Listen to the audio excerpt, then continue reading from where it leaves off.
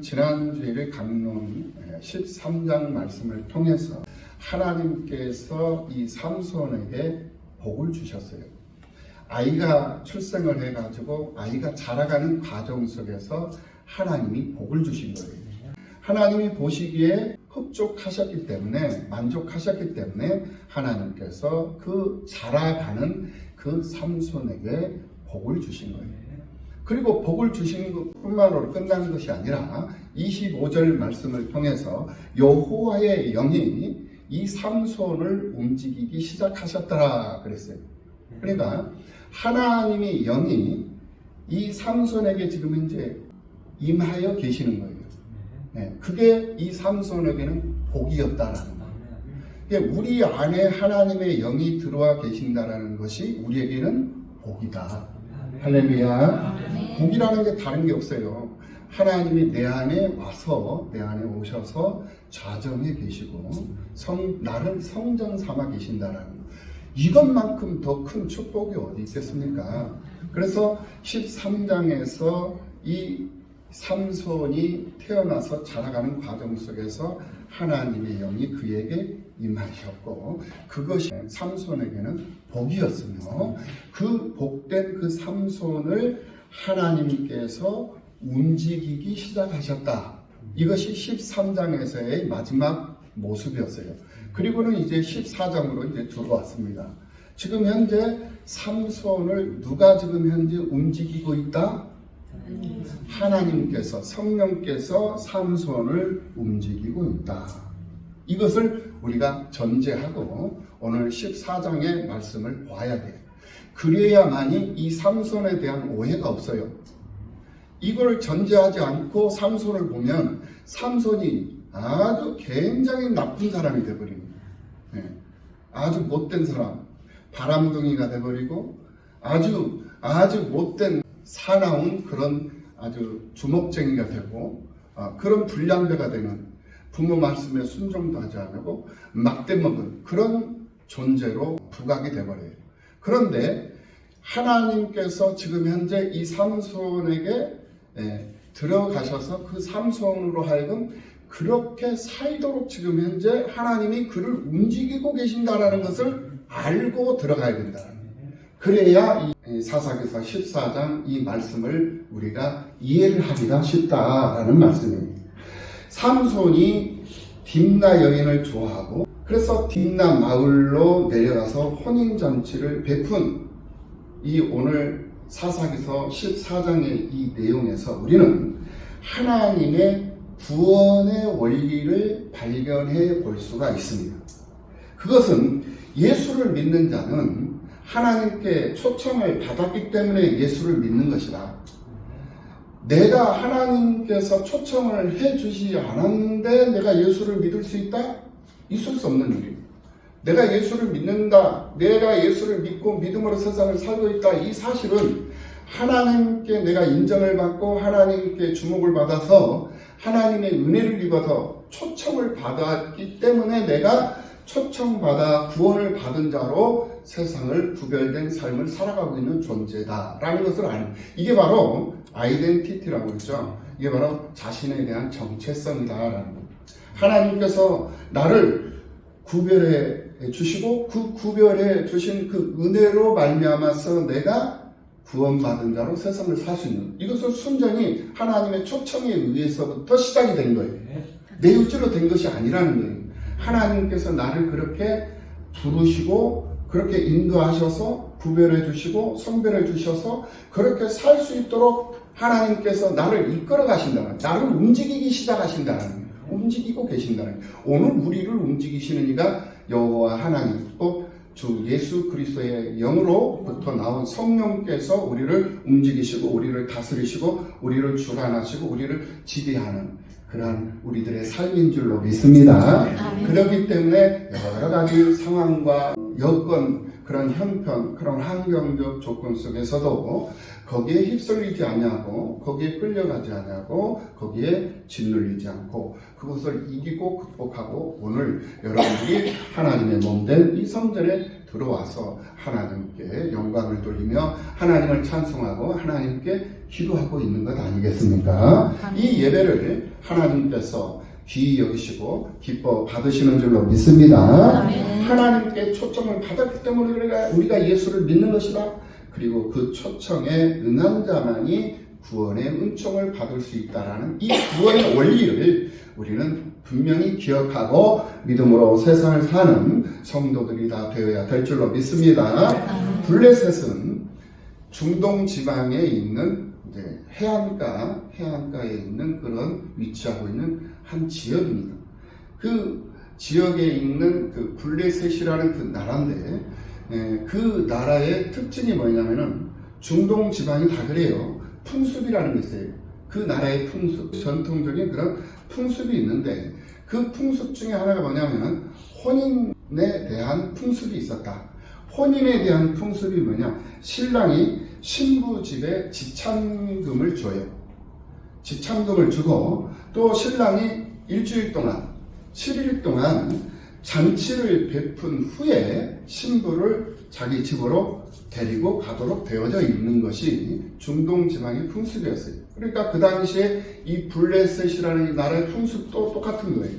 그런 풍습이 있기 때문에 그 풍습을 따르지 않을 수가 없었죠. 삼손도. 그 풍습을 따르면서 그런 과정을 통해서 구원의 원리를 오늘 우리들에게 말씀하시고 계시는 하나님의 말씀에 우리는 집중을 해야 된다. 그 말씀을 놓쳐서는 안 된다. 그것이 뭐냐? 첫 번째, 이 구원이라는 것은 하나님께 선택을 받아서 구별되고 선별된 자만이 구원을 받을 수 있다. 이것을 우리에게 지금 현재 말씀해 주고 있는 것이다. 오늘 본문 10절 말씀을 보시겠습니다. 삼손의 아버지가 여자에게로 내려가네. 아버지가 여자에게로 내려갔다 그랬어요. 거기서 삼손이 거기서 잔치를 베풀었으니 청년들은 이렇게 행하는 풍습이 있습니다. 삼손의 아버지가 지금 삼손과 함께 여자의 집에 간 것이죠. 그 당시 자녀들의 결혼은 당사자들보다 부모들이 결정하는 상황이었다라는 것을 알 수가 있습니다. 그래서 오늘 본문 2절 말씀으로 들어가서 보면 삼손이 이 블레셋 여자를 내가 좋아하니 그 여자를 아내로 맞이하게 하소서라고 지금 부모에게 때를 쓰고 있는 것을 볼 수가 있어요. 그런데 이런 마음을 지금 누가 주셨다? 하나님께서 지금 이 마음을 주셨다라는 거예요. 성령께서 이 마음을 삼손에게 주었다라는 거예요. 그러면서 4절로 볼 수가 있습니다. 그때에 블레셋 사람이 이스라엘을 다스린 까닭에 삼손이 틈을 타서 블레셋 사람을 치려 함이었다. 이렇게 말씀합니다. 그러니까 지금 현재 상황이 어떤 상황이었다? 우리가 13장에서 공부를 했죠. 13장에서 블레셋에 40년 동안 지배를 당하고 있는 거예요. 주권을 상실한 거예요. 이스라엘 백성들이 누굽니까?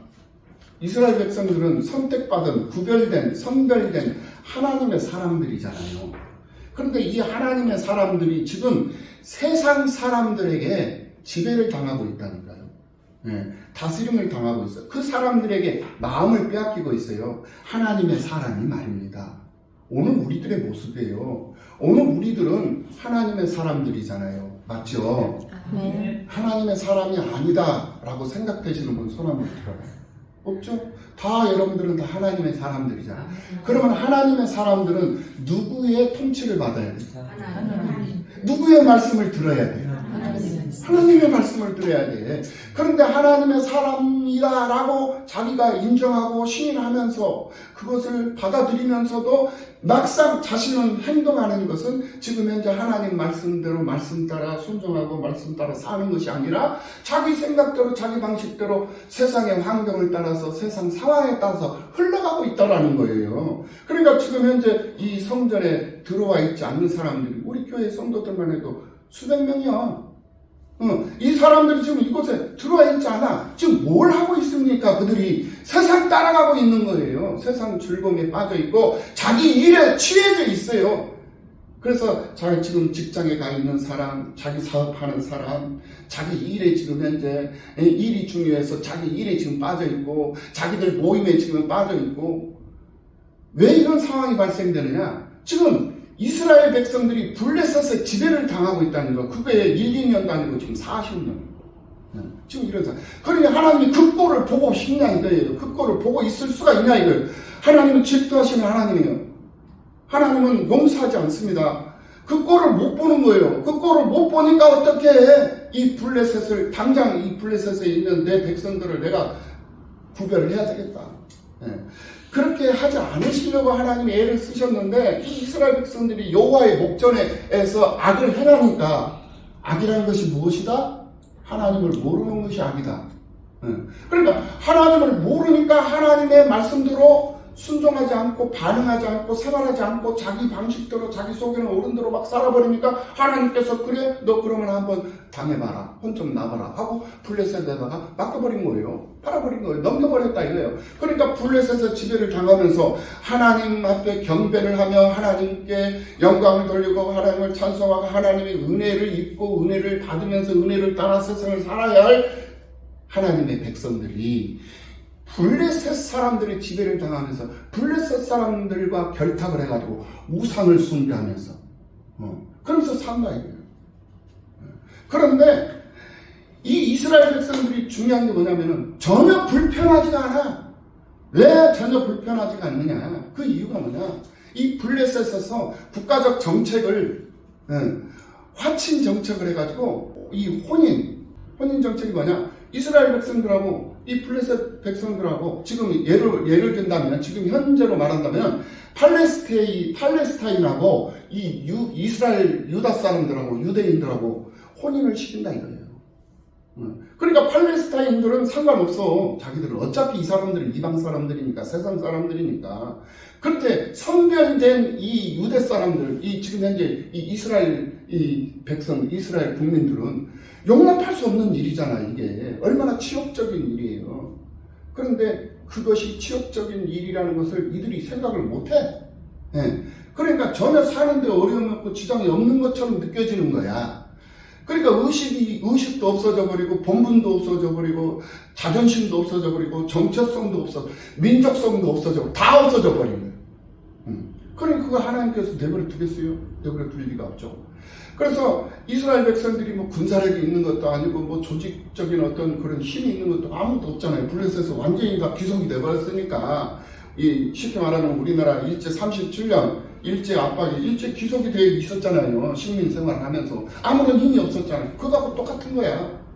이런 상태에서 하나님이 지금 현재 블레셋 여인을 사랑하게 되고 그 블레셋 여인과 결혼을 하게 되고 왜 이런 상황이 발생이 되느냐? 삼손이 정욕을 참지 못해서 이런 상황이 발생된 것이 아니라 이게 누구의 계획이다? 하나님의 계획이었다. 하나님께서 지금 현재 블레셋으로 들어가게 하신 거예요.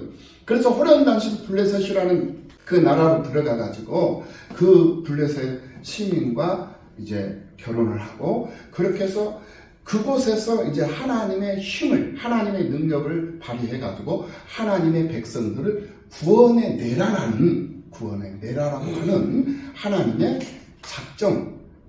작정 섭리가 담겨져 있었다라는 거예요. 이걸 알아야 됩니다. 그 하나님의 작정 섭리를 이루기 위해서 누가 지금 현재 도구로 쓰임을 받고 있다? 삼손. 이걸 알아야 된다. 그래서 삼손의 겉모습을 보면 이 삼손이 이게 정신 나간 놈이야. 이게 나시린이고 구별된 삶을 살아야 되는데 구별된 삶을 살지도 않고, 응? 자기 마음대로 자기 정력대로, 그래서 너는 죄를 받고 너는 벌 받는 거야, 이렇게 생각을 하죠. 이런 것들을 통해 가지고 삼손을 왜곡시키는 경우들이 많이 있다. 아니에요. 삼손의 단면만 보지 마라. 겉모습만 보지 마라. 삼손을 움직이고 삼손을 다스리고 삼손을 그렇게 이끌어 가시는, 보이지 않아 하시는 누구를 보라? 하나님을 보라. 이제 성경을 통해서 우리는 누구를 봐야 돼? 하나님을 봐야 돼. 하나님을 느껴야 된다니까. 성경을 통해서 하나님을 경험할 수 있는 사람들이 돼야 된다고. 하나님을 보는 것이 그렇게 보는 거야.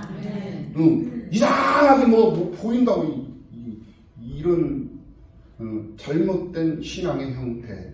예, 이거 바로 샤머니즘적인 신앙, 기복적인 신앙, 이런 신비주의 이런 신앙, 이거 전부 다 배제돼야 할 신앙이다. 예. 우리는 성경으로 무엇을 봐야 되는가? 하나님을. 그러니까 하나님을 보는 것은 성경으로 봐야 되는 거예요. 성경으로. 하나님의 음성을 듣는 것도 성경으로 음성을 듣는 것이고 하나님의 말씀으로 듣는 거예요. 왜? 그게 바로 특별 계시야. 특별 계시. 그 특별 계시는 누구에게 주어진 거예요? 하나님의 특별한 사람들에게만 주어진 거예요. 어떤 목사님들은 그러더라고. 우리가 뭐 특별한 사람인 것처럼 착각하지 마. 아니, 옳시다. 우리는 특별한 사람들이에요. 우리는 보통 사람들 아니에요. 할렐루야. 아멘. 아멘 좀 크게. 할렐루야. 아멘. 우리는 보통 사람이에요. 우리는 일반 사람들 아니에요. 우리는 특별한 사람들이에요. 이거 여러분들 이 작은 신 하나만큼은 여러분들 잊어버리지 말라는 거예요. 특별한 사람들이기 때문에 우리는 특별한 삶을 살아야 된다라는 그러한 각오, 그런 다짐. 내가 배가 고파도 배고프다라고 말 안 하는, 배고파도 배부른 척하면서 살아야 되는 그런 사람들이. 우리는 병들어. 옛날 우리 어렸을 때 목사님들, 사모님들 대부분이죠. 목사님들도 사람이기 때문에 이 목회를 하시면서도 옛날 목사님들은 얼마나 참 거룩하고 얼마나 신령했습니까? 그래서 직업란에다가 뭐라고 썼냐면 성직자라고 썼어요. 성직자. 저희 어렸을 때도 학교에 이렇게 가면은 아빠 직업을 쓰잖아요. 아빠 직업 성직자. 근데 요즘에는 성직자라는 그런 표현을 잘 안 해요. 목사. 목사예요. 직업화가 돼버리면 직업화. 종교인이 되어져 있어요.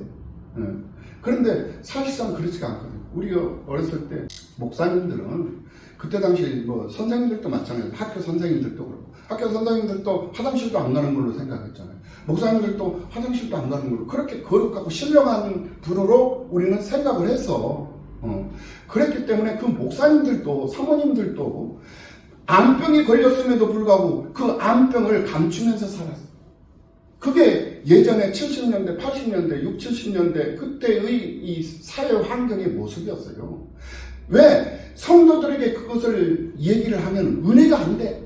그러니까 성도들이 시험이 들어. 그러니까 감추면서 덮으면서 살았다니까. 네, 그런 시절이 있었어요. 그것을 까발리고 그것을 드러내면은 목사가 돼가지고 자기 병도 제대로 치료를 못하면서 무슨 성도들의 병을 치료하고 성도들을 위해서 무슨 은혜를 끼치고 성도들을 지도하고 성도들을 위해서 기도할 수 있는 그렇게 부정적인 생각들이 들어가 버리기 때문에 목사님들이 똑같은 인간이고 똑같은 그런 상황이지만은 자기들을 드러낼 수가 없었던 거예요. 그래서 덮고 감추면서 살았던 그런 시절이 있었어요.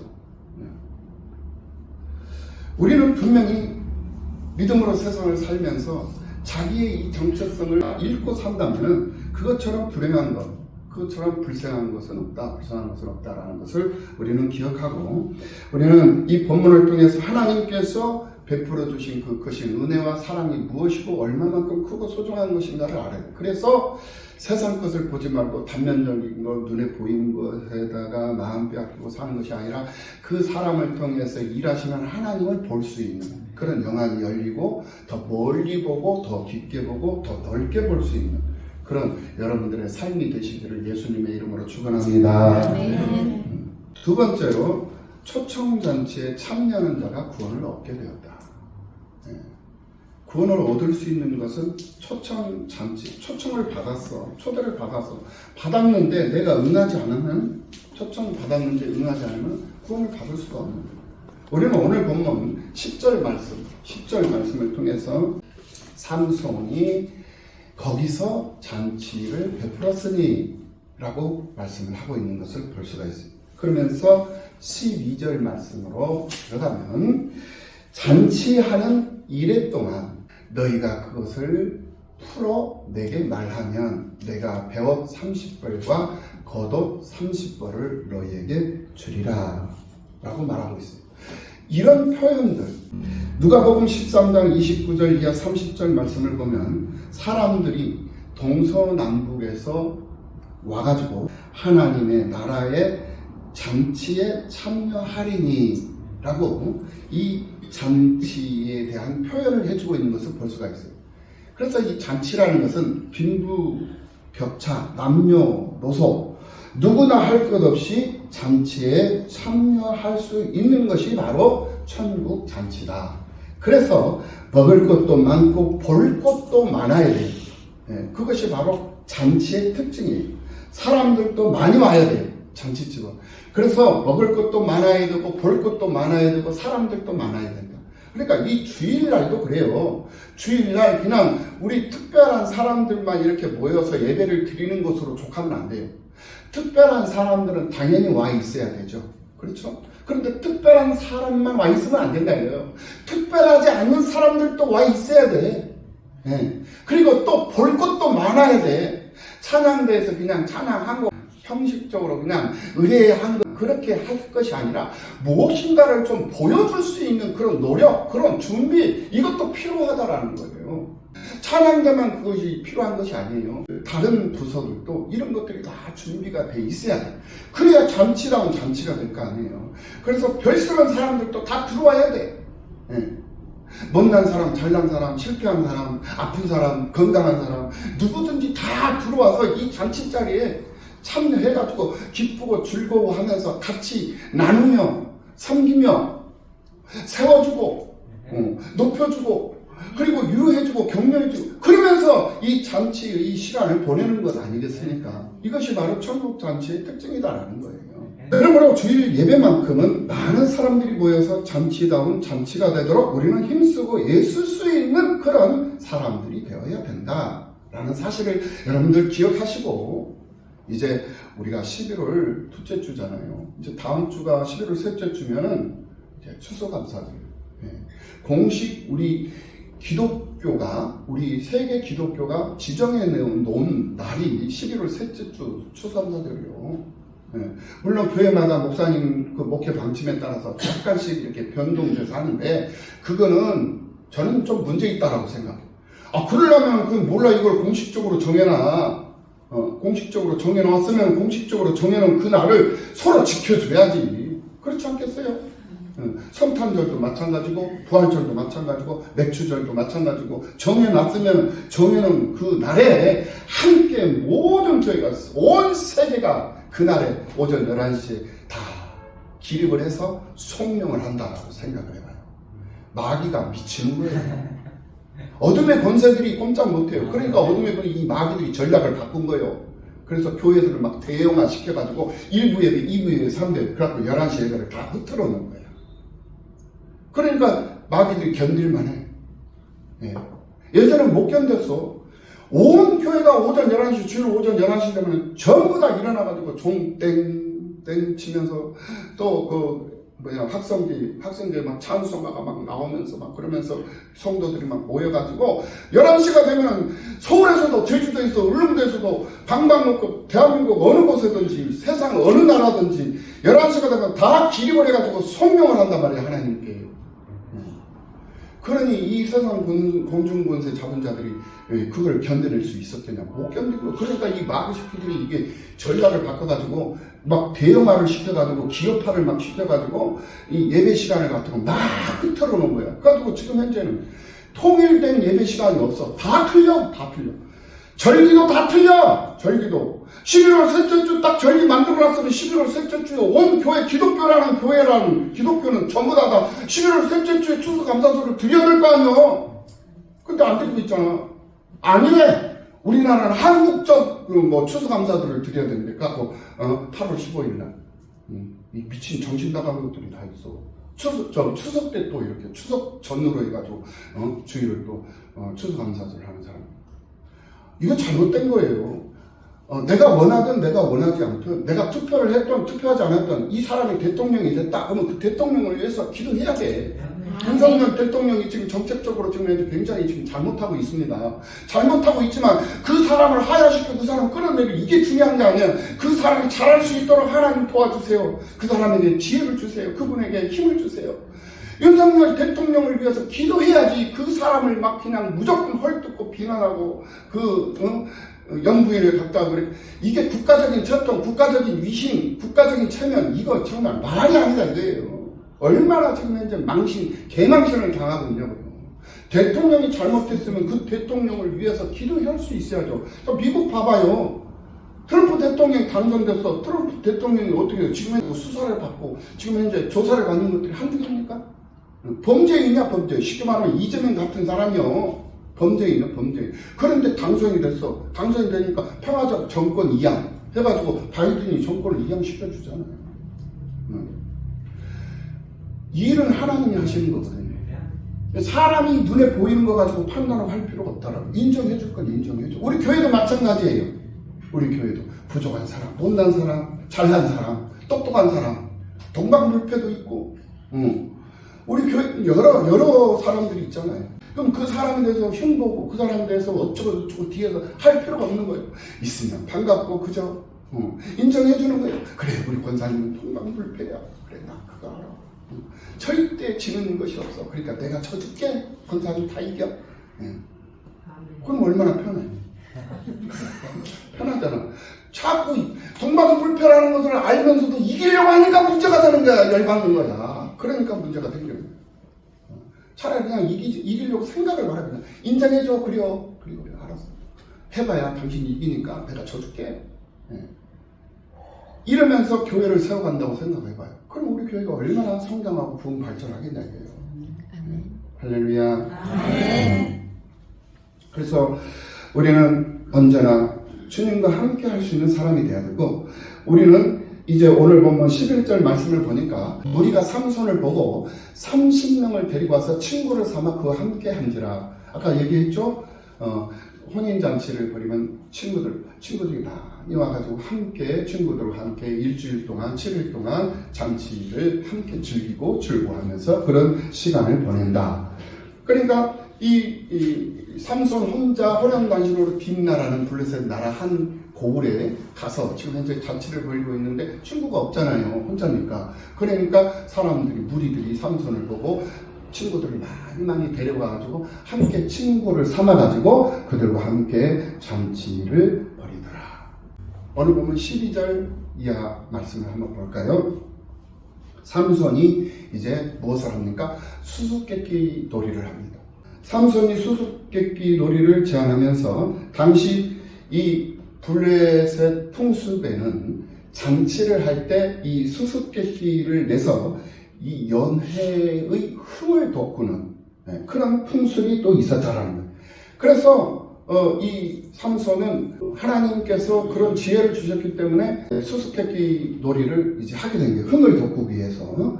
그래서 상대가 그것을 풀면 신랑이 이제 벌금을 내고 벌칙을 수행하고, 또 그걸 풀지 못하면 상대가 내야 하는 그런 놀이였다. 그 내용이 어떤 내용이었냐면은 먹는 자에게서 먹는 것이 나오고 강한 자에게서 단 것이 나왔다라는 그런 문제였습니다. 이게 뭐냐면은 히브리 민족의 특징이 있어요. 히브리 민족의 특징이 뭐냐면 언어 유희인데, 이 언어 유희 문제인데 이 특징이 뭐냐면 평양시라는 전통적인 그런 민족적인 그런 의식이 있었다라는 거예요. 민족적인 의식의 형태가 있었다라는 거예요. 이 평양시라는 것은 뭐냐면 반복하는 거예요. 반복. 그러니까 전자와 후자가 서로 내용을 보완하게 되어져 있는 그런 문학적인 형태, 이런 평형시적인 그런 의식이 이 히브리 민족에게는 그런 의식들이 잠재되어져 있었던 것을 볼 수가 있어요. 강하면서 잡아먹는 자가 무엇이냐 라는 그런 질문이었고, 그것은 곧 사자였죠. 사자만큼 강한 자는 없으니까, 강한 짐승은 없으니까 사자였고요. 또 달면서 먹을 수 있는 것이 무엇이었느냐? 바로 꿀이었다라는 거예요. 그래서 블레셋 사람들에게 이 질문을 했는데, 이것은 이런 그 문학적인 그런 잠재되어져 있는 그런 평양시적인 그런 문학에 잠재된 그런 의식은 히브리 민족들에게만 있는 그런 의식이었고 근성이었다. 우리나라도 그런 근성이 있잖아요. 민족성이라는 것이 있잖아요. 그러니 이 블레셋이라는 이 나라의 백성들이 이 평행시적인 그런 잠재되어져 있는 그런 근본이 없는 민족이기 때문에 이런 문제를 어떻게 풀 수 있겠네요. 그래서 풀 수가 없었던 거예요. 못 푸는 거예요. 이게 이스라엘 백성들은 쉽게 풀 수 있는 것이었지만 블레셋 사람들에게는 쉽게 풀 수 없는 문제였다라는 거예요. 그래서 이 블레셋 사람들이 히브리적인 그런 민족성을 갖고 있지 않는 사람들이었기 때문에 이 평행법의 특징을 알지 못했기 때문에 그들은 이 문제를 풀 수가 없었다. 그런데 이 평행시를 보면은 전자와 후자라고 말씀드렸죠. 이게 뭐냐면은 맷돌과 맷돌. 그러니까 위에 맷돌은 이렇게 가는 거잖아요. 위에 맷돌과 아래 맷돌이 이렇게 합해져 있는 거예요. 그래야 이제 뭐 곡식을 갈면 음식을 갈면 갈아지는 거죠. 이거하고 똑같은 거예요. 이게 뭐냐면은 목사님 지금 무엇을 얘기를 하려고 하냐면은 우리가 살아가는 데 있어서 중심은 예수 그리스도예요. 예수를 믿는 자든 예수를 믿지 않는 자든 누구든지 다 예수가 중심이 되어 있어요. 이 세상 역사도 예수를 중심으로 해서 BC, AD로 이렇게 나눠져요. 역사의 흐름도. 그래서 예수가 중심이 되어져 있단 말입니다. 우리의 삶 속에, 우리 역사 속에, 인간들의 역사 속에. 그래서 BC는 이제 구약이고 AD는 이제 신약이 되잖아요. 그러면은 왜 구약이 있고 왜 신약이 있냐 이거예요. 구약이 있는 것은 예수가 약속된 메시아, 메시아는 구원자잖아요. 약속된 구원자다라는 것을 증명해 보이기 위해서 구약이 있는 거예요. 그리고 신약은 예수가 약속된 메시아로 오신 예수다라는 것을 또 증명하기 위해서 신약 성경이 있는 거예요. 그러니까 구약 성경과 신약 성경이 있는데 이게 맷돌이야. 위에 맷돌, 아래 맷돌이다 이거예요. 그 중심에는 예수가 있는 거. 그래서 구약은 오실 메시아를 증거하는 증거 자료가 되는 거고, 신약은 오신 메시아를 증거하는 증거 자료가 되는 거예요. 그래서 예수가 우리의 구속주다, 우리의 구원자다, 오직 예수만이 우리를 구원하실 수 있는 생명이고 우리의 삶이다, 우리의 길이요 진리요 생명이다. 이것을 증명하기 위해서 구약이 예수가 메시아라는 사실을 증명하기 위한 직접적 근거 자료가 되면 신약은 간접적 근거 자료가 됩니다. 반대로 또 신약이 예수가 그리스도요 우리의 메시아라는 사실을 증거하는 직접적 근거 자료가 되면 구약은 또 간접적 근거 자료가 되는 거예요. 그러니까 서로 보완을 시켜주는 거죠. 서로. 그래서 구약과 신약은 뗄 수 없는 하나님의 말씀이 되는 거예요. 이것을 지금 현재 이 삼손, 이 사사기서 14장을 통해서 이 삼손의 이 히브리적 민족성을 보여주면서 평행시적인 이러한 그런 문법과 그런 어떤 그 의식과 그런 민족성을 보여주면서 예수가 구약에서 약속된, 구약에서 예언된 메시아요.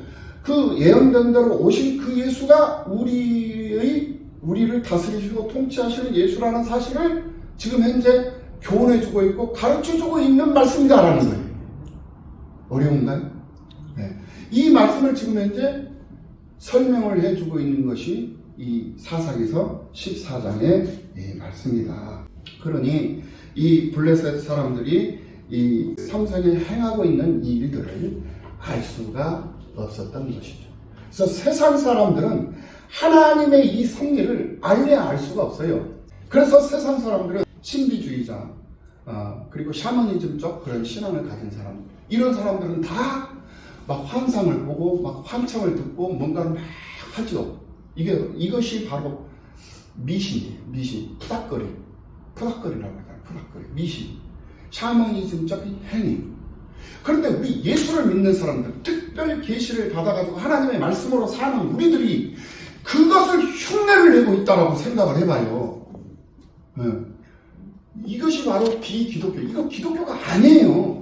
기독교를 흉내내고 가장하고 있는 것이에요. 이게 바로 사악한 사탄 마귀들의 행동이라는 것을 알아야 돼요. 마지막으로 주님을 믿고 구원받은 자는 세상을 버리고 쾌락을 버리는 성도가 되어야 된다. 이것을 오늘 본문 20절 말씀에서 증거를 해주고 있는 것을 볼 수가 있어요. 삼손의 아내는 삼손의 친구 되었던 그의 친구에게 준바되었더라. 이렇게 말씀을 하고 있어요. 삼손은 그토록 애지중지했던 자기의 아내였어요. 너무나도 좋아했잖아요. 이 아내를, 이 여인을, 여자를 좋아했기 때문에 부모에게 때를 써서 결혼을 하게 된 거예요.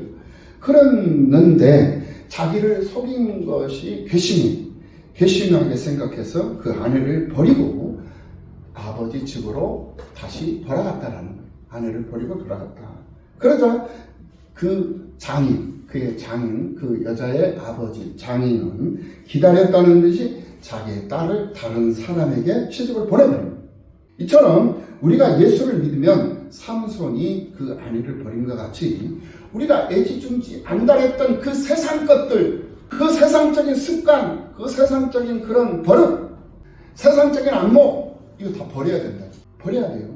삼손이 그렇게 좋아했던 아내를 버렸던 것처럼 그렇게 좋아했던 세상적인, 그러니까 세상 살면서 술을 즐겨 먹었어. 그러면 술을 좋아해가지고 술을 즐겨 먹었으면 이게 예수를 믿으면 버려야지. 술 먹는 그런 습관들, 그런 행위들이 나오면 안 되는 거예요. 예수 믿는 사람들이. 응?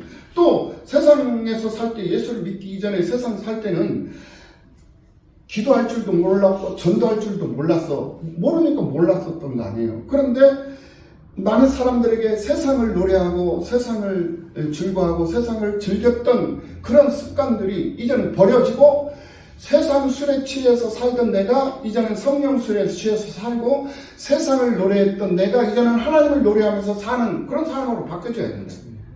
바뀌어져야 돼요. 삼손이 그랬던 거죠. 이것을 우리가 봐야 된다. 그래서 생활의 변화가 와야 돼. 나타나야 돼. 그런데 보면은 예수를 10년, 20년 믿었음에도 불구하고 생활의 변화가 안 나타나. 그대로 있어. 예수를 믿으면서도 아직도 술을 먹고 있고 술을 찾고 있어. 예수를 믿으면서도 아직도 사랑이 무엇냐고 물으신다면 눈물의 씨앗이라고 말하겠지요. 이렇게 노래를 하고 있다. 예수를 믿었으면 사랑은 언제나 오래 참고, 이렇게 사랑을 노래를 해도 눈물의 씨앗이라고 말하겠죠. 이렇게 노래하는 것이 아니라 사랑은 언제나 오래 참고, 이렇게 노래를 해야 돼. 바뀌어져야 돼. 근데 안 바뀌어져. 지금도 사랑이 뭐야? 이렇게 살고 있어. 지금도 세상적 그런 향락에 취해서 아직도 버리지 못하고 살고 있는 거예요. 양다리 걸치고 있는 거죠. 양다리. 양다리만 걸치면 그래도 다행이지. 문어다리니까 문제지. 문어다리 걸칠 때 안 걸칠 때 다 걸치고 있는 거야. 여기저기 다 걸치고 있는 거야. 그러면 하나님께서, 성령께서 우리에게 너 정체가 뭐냐? 라고 물어. 너 정체가 뭐냐고 물으면 뭐라고 해요? 예수요! 라고 말을 해야 돼. 우리는 겉옷과 속옷을 갖다가 30년에 다 입혀줬잖아요. 겉옷. 그 겉옷도 예수, 속옷도 예수. 겉옷도 예수, 속옷도 예수. 그러니까 속옷도 우리는 예수로 입어야 되고 겉옷도 예수로 우리는 옷 입어야 돼. 그것이 뭐냐면은 교리적인 용어로 한다면 칭의와 성화야. 칭의, 성화. 칭의는 영원성을 가진 거야. 한번 단회적 사건이야. 한번 어렵다 칭함을 받으면 하나님께서 변한 하나님이 아니에요. 하나님은 신실하신 하나님이요. 하나님이 이랬다 저랬다, 이 환경에서는 이렇고 저 환경에서는 저렇고 왔다리 갔다리 하는 그런 하나님이 아니라니까. 하나님은 절대 불변하신 하나님이다 이래요. 내가 너를 어렵다 여기서 내 구별하여 내가 선택해서 내 자녀를 삼았어. 그러면 하나님은 내가 믿든 곱든 하나님 끝까지 데리고 가신다니까. 이게 친의요. 이건 영원성이야. 그럼 성화. 성화는 그때그때 상황에 따라서 달라. 이 성화라는 것은. 그래서 이 성화는 반복성, 지속성. 성화는 반복되어져야 되고 지속되어야 돼. 그래서 늘 우리는 하나님 앞에 회개해요. 무엇 하기 위해서 회개해야 돼? 성화되기 위해서. 성화되기 위해서. 네. 그것이 바로 겉옷이에요. 속옷은 친의, 그리고 겉옷은 성화. 그래서 속도 예수로, 겉도 예수로 옷 입고 세상을 살아야 하는 존재가 오늘 우리들이라는 사실. 이것을 분명히 기억하고 세상을 사는 우리가 되어야 된다. 그래서 삼손의 장인은 기다렸던 자기 딸을 시집을 보내버렸지만은 삼손은 이제 자기 집으로, 자기 아버지 집으로 왔어요.